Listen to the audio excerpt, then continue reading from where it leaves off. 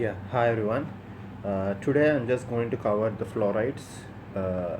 It's all about the numericals of the fluorides. First of all, as I was discussing yesterday, uh, I mean, the majority of the tooth structure, either in the enamel or in the dentin, that is hydroxyapatite, whenever it reacts with the fluoride, it's going to form fluorohydroxyapatite, right? So the molecular size of this hydroxyapatite will be like this, and fluorohydroxyapatite will be like this. Means it will be larger in size, and it requires more acid for the dissolution, the fluorohydroxyapatite is more resistant to the acid dissolution when you compare with the hydroxyapatite. As already discussed, the normal critical pH is 5.2 to 5.5 for the hydroxyapatite, where the critical pH for the fluorohydroxyapatite is 4.2 to 4.5. So these are the basic things. Okay, so if you go in detail, coming to the advantages of the fluoride has two main advantages to the tooth, okay, or related to the decay of the teeth. First of all, they causes remineralization. Lost, it will come back. Second one is it inhibits the demineralization. Okay, I think you are very clear. It inhibits the demineralization, and it promotes the remineralization. So when compared with these two properties, remineralization is more rather than the demineralization. So they can ask a question: which of the following is more favored, whether it's a remineralization or a demineralization? Means the answer is remineralization is more when compared to that of the demineralization, if it is related to the fluorides. And they can ask a question like, if you take it as an anterior teeth, fluorides, okay, higher concentration of the fluorides are present at the incisal area when compared to that of the cervical. Okay, this is one more important point that you have to make a note. Okay, so moving to the second part, it's all about like one of the important factor, the fluoride is going to act over the enzyme enolase. Okay, enolase at a ppm of 50 ppm. At 50 ppm, it's going to act on the enzyme enolase. So in such a way that it's going to affect the bacteria also. I mean, the bacterial cycle also it affects by inhibiting the enzyme enolase, which is one of the important enzyme that helps in the, that is involved in the carbohydrate metabolism. Okay, so this is one of the important point that you have to make a note. And apart from this, you have to make a note about the two formulas which are frequently asked. One is fluorapatite, that is Ca10PO4 6F2, and second one is cryolate. Cryolate is Na3Al F6.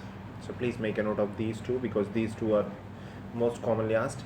And one of the major effect of NAF, okay, NAF is used as a tropical agent, and it causes choking effect. Choking effect is nothing but whenever NAF is applied, it's going to react with the calcium that is present, and once it's going to react with the calcium, it's going to cause a choking effect. Means it doesn't allows the next fluoride to enter, because it forms a layer of layer with reacting with the calcium that is present, and it forms a layer over it, and it does not allow. So this is most commonly seen with NAF tropical application.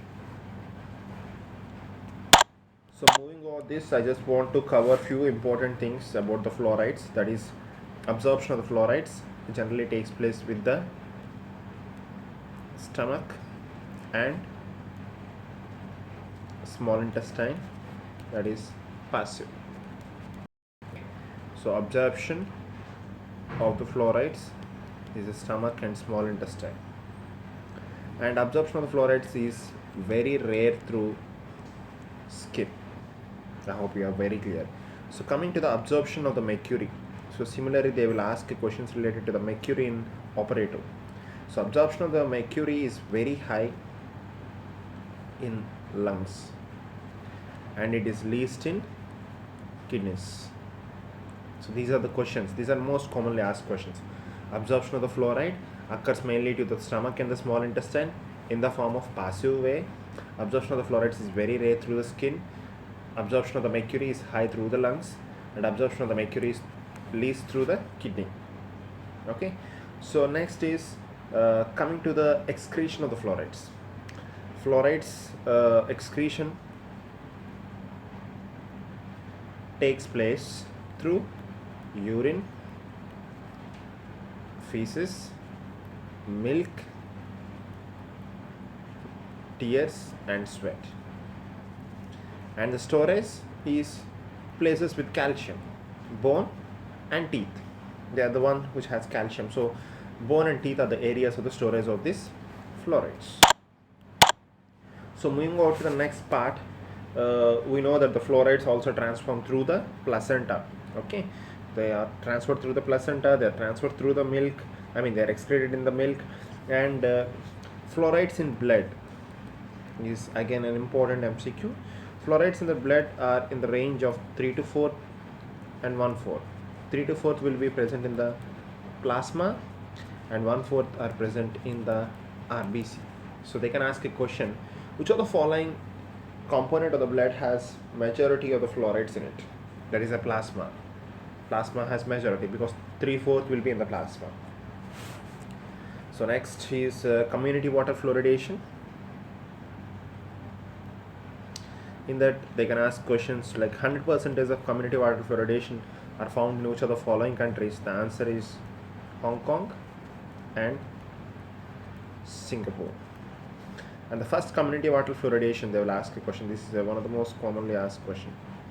Grand Rapids, year is very important, 1945, Jan 25th, and it is called as a 22 cities study.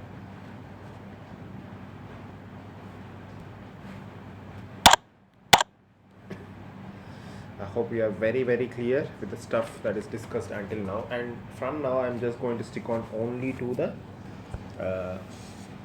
numerical part. Okay, so this community water fluoridation, WHO in 1917 they have announced with a range of 0.7 to 1.2 ppm, and in the year 1994 with a range of 0.5 to 1 ppm.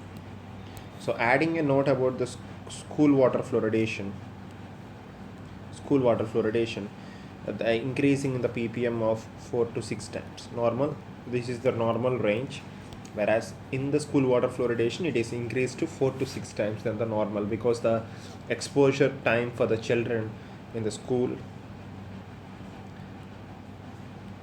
is less, so they increase the ppm. So that's what. And the first place where the school water fluoridation was started was St. Thomas, Virgin Islands, in the year 1954. Okay, I hope you are very clear with this. WHO in the year 1971, if they mention specifically, you need to go for this. If they mention 1994, you can go for this. If they don't mention, you can go for any of these ranges, that's 0.5 to 1 ppm. And why there is a range is like, in the winter they drink less water, so more ppm is required. In the summer they drink more water, so less ppm is required. So that's the reason. And school water fluoridation, there is 4 to 6 times more, because there will be less exposure time. And the first place where the school water fluoridation was done was St. Thomas, Virgin Island, in the year 1954. I hope you are very clear. Moving next. Okay, and you need to make a note about the milk fluoridation next. Truly speaking, milk is not a good agent to provide fluoride, because it's going to react with the calcium. Calcium is one of the thing that inhibits the absorption of the fluoride. And first introduced by Zilger, and first community milk water fluoridation scheme was introduced in the place like Bulgaria in the year 1988. So preschool children in the age of 3 to 5 years, we have to provide 0.4 milligrams, whereas school people, age of 6 to 9 years, have to provide 0.7 milligrams. All these are MCQs. Milk fluoridation is not recommended because calcium is the one that's it's not a correct vehicle for the fluorides, and the place it was introduced by, it was introduced, I mean the scheme was first introduced in the year and in the place. What are the values that you have to mount? Preschool 3 to 5, if they're going to mention morely on the on this age. Okay, school 6 to 9, these are the ranges that you have to follow. Next coming is the salt fluoridation. uh, it was introduced by Bibli. It was introduced in Switzerland. Salt in the form of NaF or KF or CF2 is provided. So logically you have to give 1.5 milligrams per 5 grams of salt. Means simply they are going to ask question like what it's going to be for 1 kg, right? So you are going to convert 5 grams of salt contains 1.5 milligrams of fluoride. So what it's going to be for 1 kg? Simple. So initially you have to give 90 milligrams per 1 kg. I mean initially they used to do, and now the recommended, you need to go with these values. This is more important. Now the recommended is 200 to 215 milligrams per kg of salt. I hope you are very clear. Introduced in the place, introduced in this form NaF, KF, CF2 for 1.5 milligrams per 5 grams of salt. Initially they used to give this. Now the recommended value is this. This is very important. Okay, so we're done with the salt. Now we are moving to the next part. This is one of the very important. This is actually a table that's going to give about the supplement dosage that is required. I hope you guys know this. 0.3 to 0.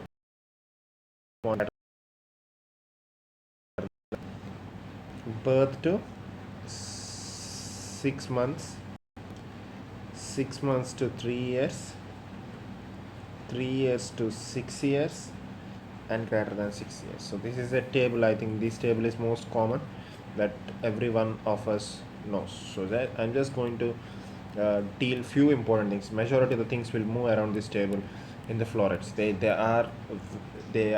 love to ask questions on related this. Okay, let's make it very simple.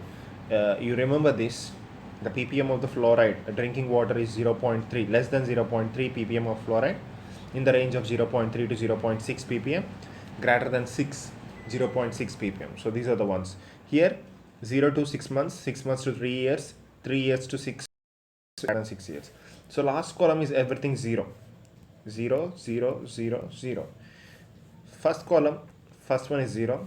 Second column 1, 2 are 0. 1 is 0, 1, 2, 0, all are 0. So these are the things. And here 0.25, 0.50, 1, 0. Same 0.25, 0.50. Clear?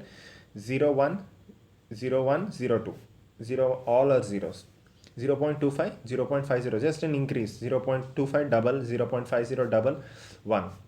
Crisscross, it's same. Okay, they will ask, they are going to give an information that this is the age of a particular child and this is the water fluoridation that is present.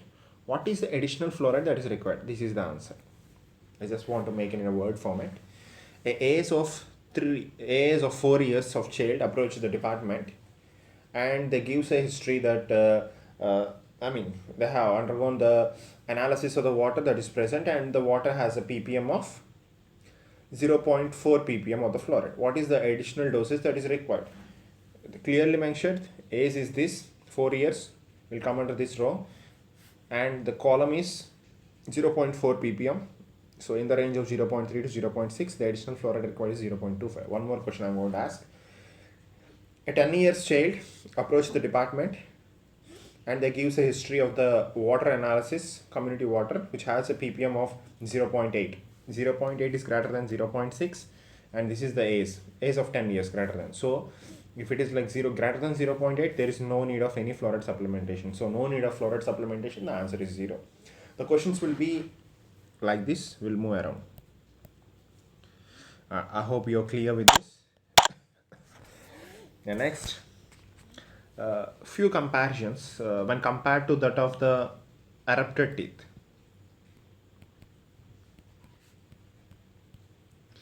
Unerupted teeth will absorb 8 times more fluoride when compared to that of the primary teeth and permanent teeth. Primary teeth absorbs 2 times more fluoride. When compared with the defective enamel and normal enamel, defective enamel absorbs more fluoride. Defective dentin absorbs more fluoride. Okay, so these are the few things that you have to make a note. Erupted teeth, unerupted teeth absorbs 8 times more fluoride. Primary teeth and permanent teeth, primary teeth absorbs 2 times more fluoride.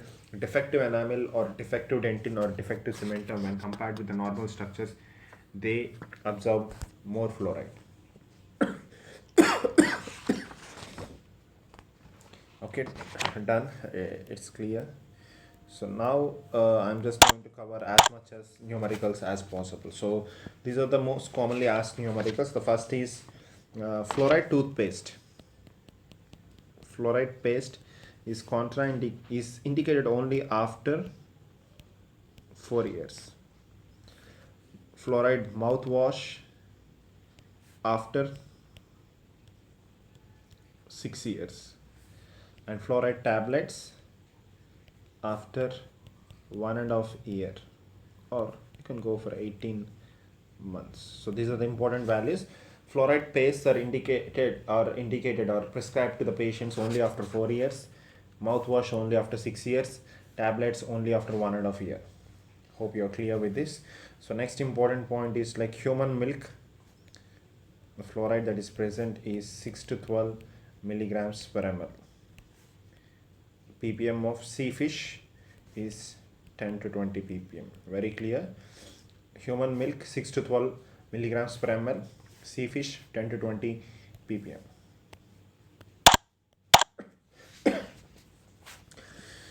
So the next is going to be some stuff related to the toxicity. So the toxicity,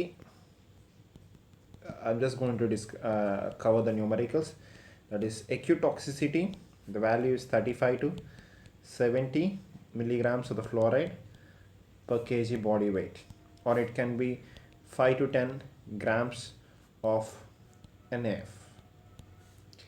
So values that you have to make a note is M, that is minimum toxic doses. The minimum toxic dosage is 2 milligrams of fluoride per kg weight. Second one is probable toxic doses. Probable toxic dosage is 5 milligrams of fluoride per kg weight. Third one is safely tolerable doses. The safely tolerable doses is 1.25 to 2.50 grams of NAF, or 8 to 16 milligrams of fluoride per kg body weight. And to be it is almost of the certainly lethal doses, CLD. Certainly lethal doses we are discussing now. This is CLD is called as certainly lethal doses. I already said it is 4 times. It is 1/4 means 4 times. So it is 4 times means the value is 5 to 10 grams of NAF, or 32 to 64 milligrams of fluoride per kg weight. Okay, so please make a note: acute 35 to 70 milligrams of fluoride per kg body weight, or 5 to 10 milligrams of NAF. Minimum toxic doses, that is 2 milligrams of fluoride per kg body weight. Probable toxic doses 5 milligrams of fluoride per kg body weight. Safety tolerable doses, which is 1.25 milligrams, 2.5 to 2. F, or 8 to 16 milligrams of fluoride for kg. 1/4 of the CLD. CLD is nothing but certain lethal doses, which is 5 to 10 grams of NAF, or 32 to 64 milligrams per the kg body weight. So the plasma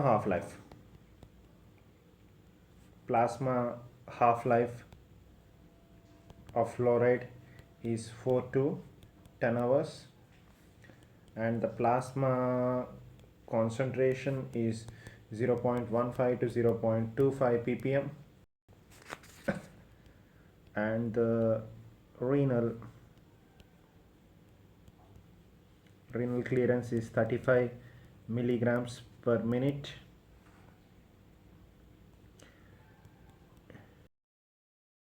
Duration of plasma concentration is 30 minutes. Dry tea leaves, the ppm is 100 to 400 ppm.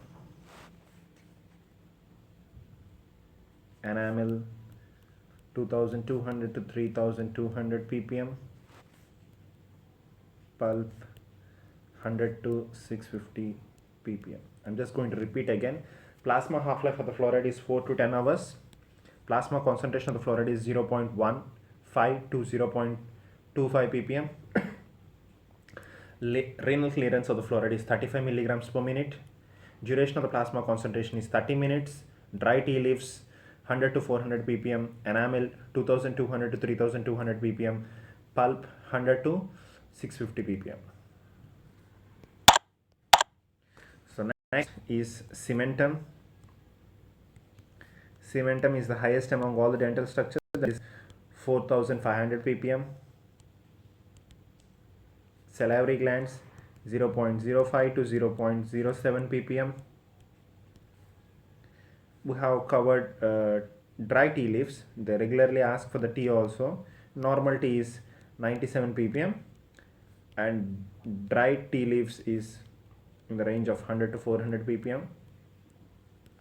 Dentin is 200 to 300 ppm. Shellfish is 10 to 20 ppm. Dental plaque is 15 to 64 ppm. Okay, clear. Cementum is 4500, highest among all the dental structures. Salivary glands is 0.05 to 0.07 ppm. Normal tea is 97. Dry tea is 100 to 400. Dentin is 200 to 300. Shellfish is 10 to 20 ppm. Dental plaque is 15 to 64 ppm. Now is mouthwash required. 2% of NAF, the ppm is 9000 ppm. So they can ask next, like, what is 0.2% of NAF by 10?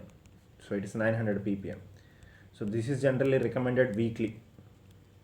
Okay, so they can ask 0.05 NAF. You have to convert. 2% is 9000. What is 0.05 NF? 0.05 NF is 225 ppm, which is given daily. So next is 0.0025 NF.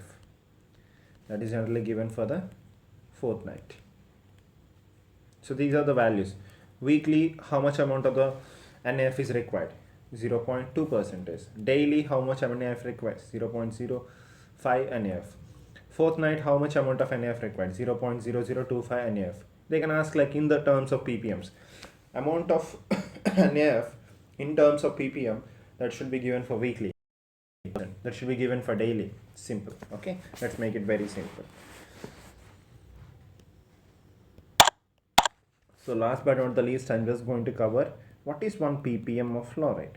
1 ppm of fluoride is nothing but 1 milligram per kg of material. It may be paste or anything. I mean, it is weight. It is 1 milligram per kg weight. So another terms is like, what is 1 ppm? 1 part per million, or it can be 1 milligram per liter.